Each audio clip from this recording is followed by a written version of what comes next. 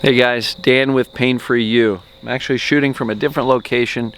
This is a Audubon Society not too far from my house. My next door neighbor is doing some construction. I don't know if they're building a deck or an addition or something, but they got circular saws and hammers, and it was a racket out back. So today's topic is going to be about attention and the concept of the phrase you've heard a million times: use it or lose it, right? And so attention, use it or lose it, it's all going to be about neuroplasticity, which is basically how our brain works and how it wires the things that we focus on the most often and where we place our attention. And so I know I keep on harping on this concept of you got to be aware of where your thoughts are. And if they are constantly thinking about the pain, you're instructing the brain to wire the pain and then wondering, why you're so frustrated you can't get rid of it. So the concept of use it or lose it. Let's talk about, go way back.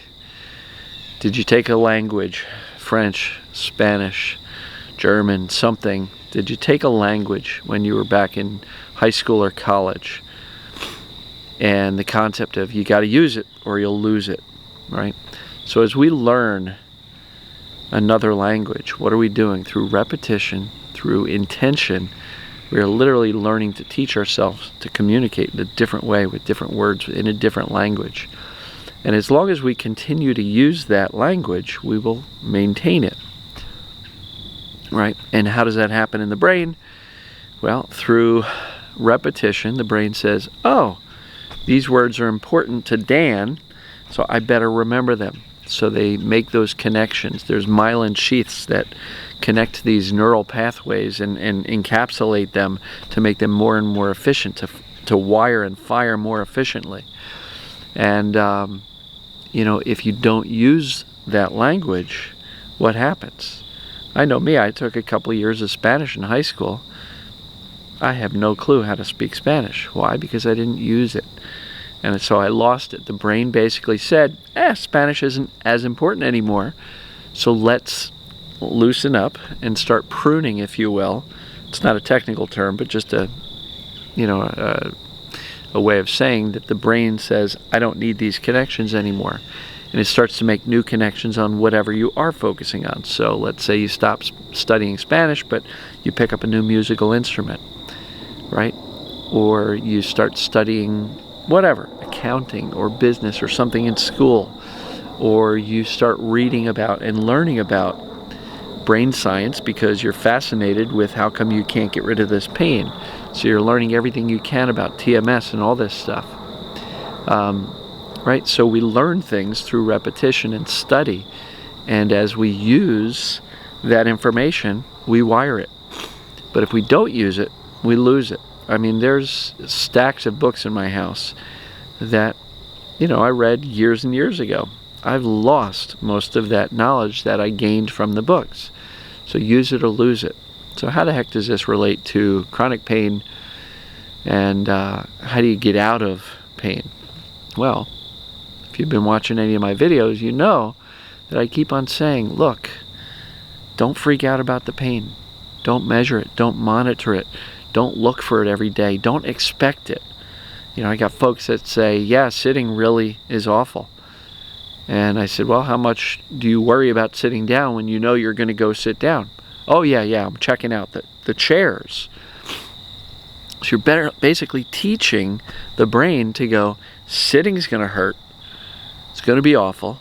You better be afraid of it and worried about it because it's awful.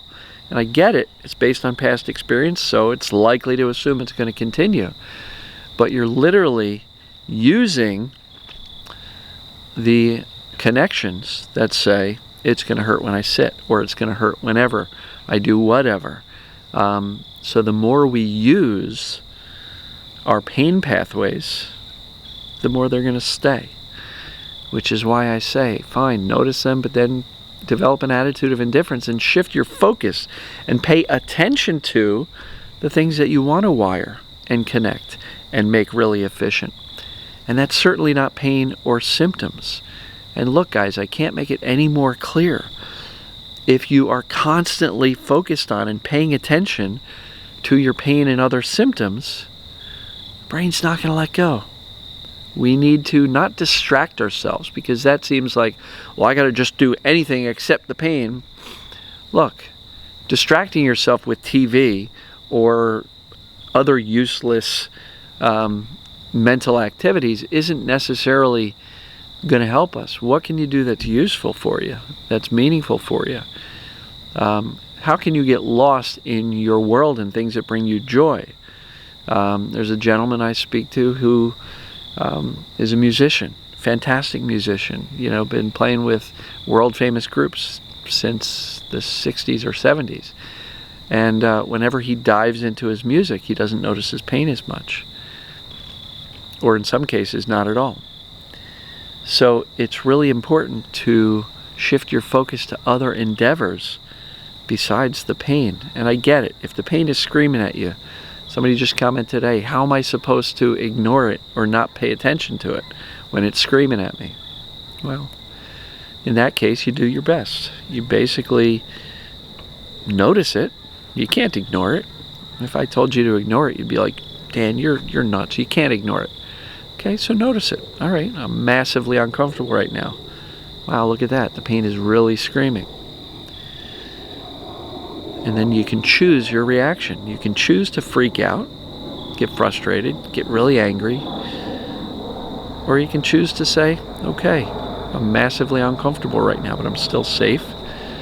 And I'm choosing, it is a choice, to put my attention on things that I enjoy and that I love and that means something to me. Maybe another endeavor, whatever that may be. I choose to place my attention on my kids or my husband or my parents or my friends, right? I choose to enjoy sitting out in nature, listening to the crickets chirping, and feeling some peace and quiet, so I can get away from that guy next door banging with his hammers and circular saws and making all sorts of construction noises. I chose to shoot this video here because it's more peaceful for me. We have choice. I see so many people that give up their power to say, my brain does this, my brain does this, I can't help it, but the fears from my past keep coming back. Look, if you're in the mode where you're saying, my brain does this, my brain does that, I gotta challenge you. Whose brain is it? And awareness in that case is the key.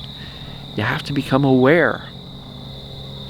Notice what you're thinking at the present moment. And if it's all this fearful, catastrophic thinking about the future, or fearful, oh my God, this is horrible, and you're freaking out in the present, you're choosing that. And I know it is challenging. And I know people say it's so hard, it's so hard, it's so hard. We believe what we say most often. So if you keep on telling yourself that this is so hard, or I can't do it, I can't do this, Dan, I know what you say makes sense, but I can't do it, you're saying I won't do it. Can't basically means won't. And we're choosing not to do the things that we believe are hard, that we believe we can't do. We're choosing that we won't do it. And so what if you could take a mindset of I can, and I am doing this, and I am healing, and I am getting a little bit better each day with placing my attention where it will serve me more. And I'm getting a little bit better at noticing when I am waking up and the first thing I think about is my pain. Okay, stop. Instead of spending 20 minutes doing that before you even roll out of bed, stop. Let me think about gratitude. Ask yourself the question, why do I know today's going to be a great day? Right? We can choose, make a decision that you're not going to tolerate day after day after day of focusing on and feeling like a victim because of this pain. Right? Use it or lose it. My suggestion is use your attention and place your attention somewhere that you want to develop these pathways. And by not using your attention and placing your attention on the pain, guess what happens? Just like I forgot to learn, the Spanish Spanish language that I used, and it eventually disappeared into the ether because I didn't focus on it, I didn't pay attention to it, I didn't practice it. I lost those skills. Well, right now, you are practicing attention on your pain and your symptoms, and you're wondering why the brain won't let go. That's why. What I'm sharing with you in this video is why. I can't tell you. All the emotional work in the world is not going to benefit you if you keep on paying attention to, measuring, monitoring, and freaking out about your symptoms and getting frustrated by them. I get it. I understand it. I spent 13 years doing this shit. It took me a long time to finally get it and let this sink in. And when I say you gotta stop giving a crap about your symptoms, I really truly mean it, because I didn't get better until I did that. It wasn't that it took me 13 years of doing the exact perfect process with the exact mindset that I needed before I got rid of the pain. No, no, no. I had 13 years of mistakes and probably a few weeks at the end where I basically said, screw the pain. I'm not going to focus on it. I'm going to live my life. I got better at feeling my emotions. I basically realized I was pissed at myself. There was a couple of key things that really, really hit home with me, and I started to get better. But look, use it or lose it. Flip that upside down. I'm not going to use or place my attention on the pain so I can lose the pain, right? Use it or lose it. If you haven't driven a car in 2 weeks because you're on vacation, or you haven't left the house, then you get in a car, it feels a little bit unfamiliar to you, right? Music. You know, I used to be pretty darn good at the guitar, but lately, past couple of years, I haven't been playing much at all. And now when I pick up the guitar, I kind of feel like I don't know how to play anymore. I know how to play, but I'm certainly not as fluid. So I'm losing it because I'm not paying attention to and practicing the guitar. So are you practicing pain? Are you practicing your symptoms, whatever symptoms you've got? And I'll say, if you are spending the vast majority of your day and mental attention is being placed on these symptoms, you are practicing and teaching your brain to get really efficient at wiring and firing the pain or symptoms. Okay, look, there's no way to sugarcoat this. Your constant attention, fear, focus, and anxiety about the symptoms is what is keeping them wired. I wish I had an easier or more simple way of changing what's going on. But this is simple. You just got to realize and commit to being aware of when you're thinking about, focusing on, and freaking out about the pain. How much are you measuring it, monitoring it? How much are you waking up and expecting to hurt?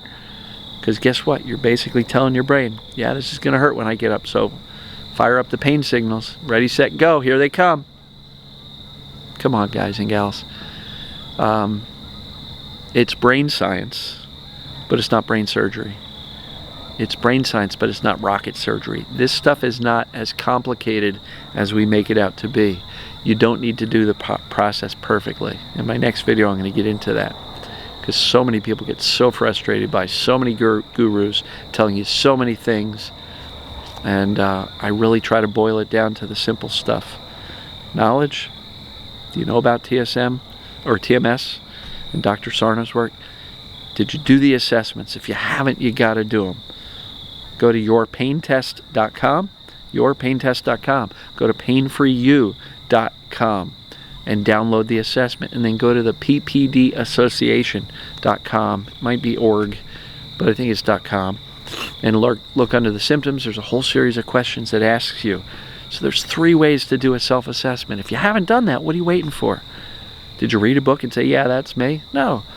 Decide for sure. Go through the assessments. Right? So, knowledge, assessment, feel your emotions, right? Pick a process. I don't care. There's no right one.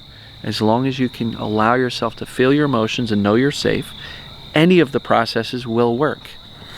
You know, you can write, you can journal speak, You can expressive write. You can write a letter to the people who've hurt you. You can write a list at the top that says, what am I upset about today? What am I feeling today? You can verbally journal, or just go on a rant. Get in your car and just go, son of a bitch, I am so damn mad about blah, blah, blah, blah, blah, right? And go on a verbal rant. We talked about that in my Facebook group recently, that somebody was saying, yeah, they do verbal or vocal journaling. Doesn't matter what process you use, but pick one that allows you to feel your emotions. Do some soothing afterwards. A lot of people recommend meditation. I didn't really, but I basically, after getting myself wound up with this, did some deep breathing. I just kind of shifted my focus away from the pain, shifted my focus away from these horrible emotions, and to something that was enjoyable. So that was soothing for me, getting out in nature. So pick a process that will allow you to feel your emotions. Pick a process that will allow you to soothe yourself. Whatever brings you joy and brings you down and turns down the volume on your nervous system. And the last thing is mindset. Get your head on straight, right? This stuff is not that difficult. But the core concept is, the more time you focus on and pay attention to your pain, the more those wires are going to stay wired. And if you want to lose those connections, you got to choose to not use them, right? And I know it's hard. It's so hard. I get it. But you don't have any other choice. Because I don't know anybody who has lost the pain, who is still fearing, focused on, frustrated by, and paying attention all day long to their pain or their symptoms. That doesn't work. So, the definition of insanity is continuing to do something that hasn't worked before and expecting a different result. No insult intended here. I'm not trying to insult you. I'm trying to shake you loose. Like, come on, guys. It's not rocket science. It's brain science, but it's not rocket science. And it is fairly simple. Put your attention towards the things that you want, and stop practicing the things you don't want, and practicing your pain, and practicing your symptoms, and practicing your fear and frustration about those things is what keeps them wired. Period. So, use it or lose it.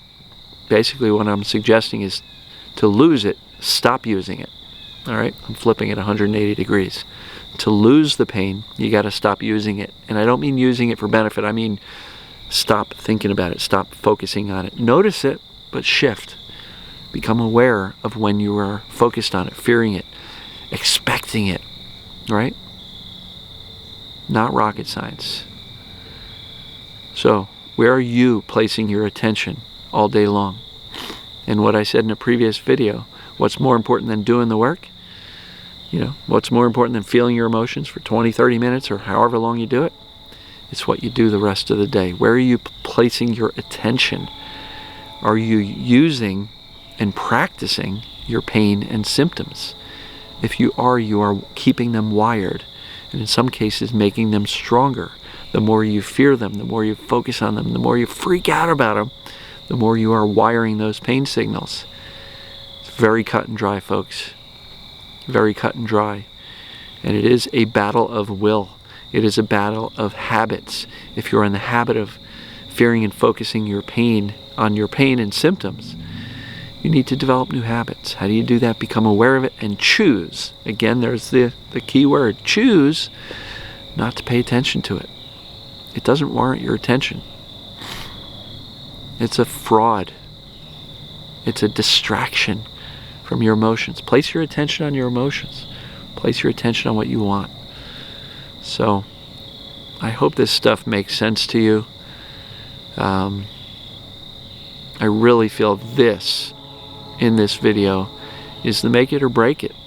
If you're constantly paying attention to the pain or symptoms, they're not going to let go. And I don't care how much you toil over your emotions.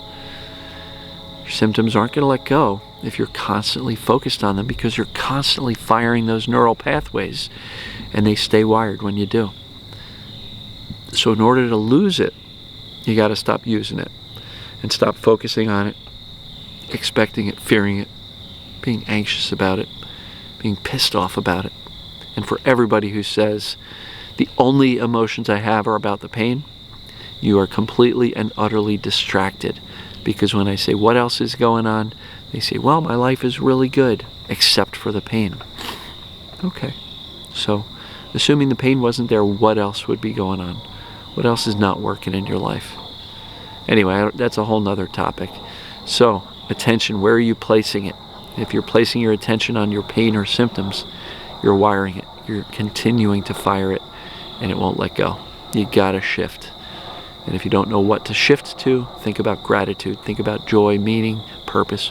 What would you do if you didn't have the pain? Literally start defining for yourself how you would spend your life when, not if, when the pain lets go. And the only way to let it go is to literally let it go and stop putting your attention there. So if you want to lose the pain, stop focusing on it and stop paying attention to it. And with that, guys, I'm repeating myself, but I wanted to, because this stuff is critical, and I really believe of the things I teach, this is a key process. And the folks who are getting it and instituting this and really embracing this shift away from the pain and taking an attitude of indifference, like whatever, I don't care, they're the ones who are getting better. And those of us who are staying frustrated and pissed off and my life sucks and how can I not be pissed off because of my symptoms, you are choosing to keep wiring whatever's causing the symptoms in the first place. And that whatever is TMS. Too much stress, the body's reaction to that, and the need to distract you from the emotions that we've been running away from. So, you can get better. You will get better. Just choose to place your attention on something that you want to get better at and more efficient at. And choose to take your attention away from the things that are causing you misery and grief. So, with that, guys and gals, I do love you. I know you can get better. Just really, really give some serious thought and commitment to what I'm suggesting in this video. And watch it more than once. I'm not saying that for my ego. I am saying that because I truly believe this was one of my keys to ending 13 years of pain. And I believe that if you can embrace this stuff and really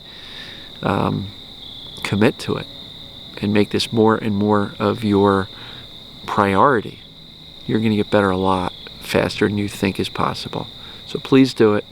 Keep me posted on how you're doing. If you've got questions on this, great. If you're going to tell me, yeah, Dan, I know that makes sense, but it's so hard, listen to the video again. Every time you say it's so hard, you're giving yourself permission not to do it. So, yeah, it's challenging, but I can do it is a more accurate phrase. I get it. It's challenging. And I'm challenging you in this video to put this stuff into play.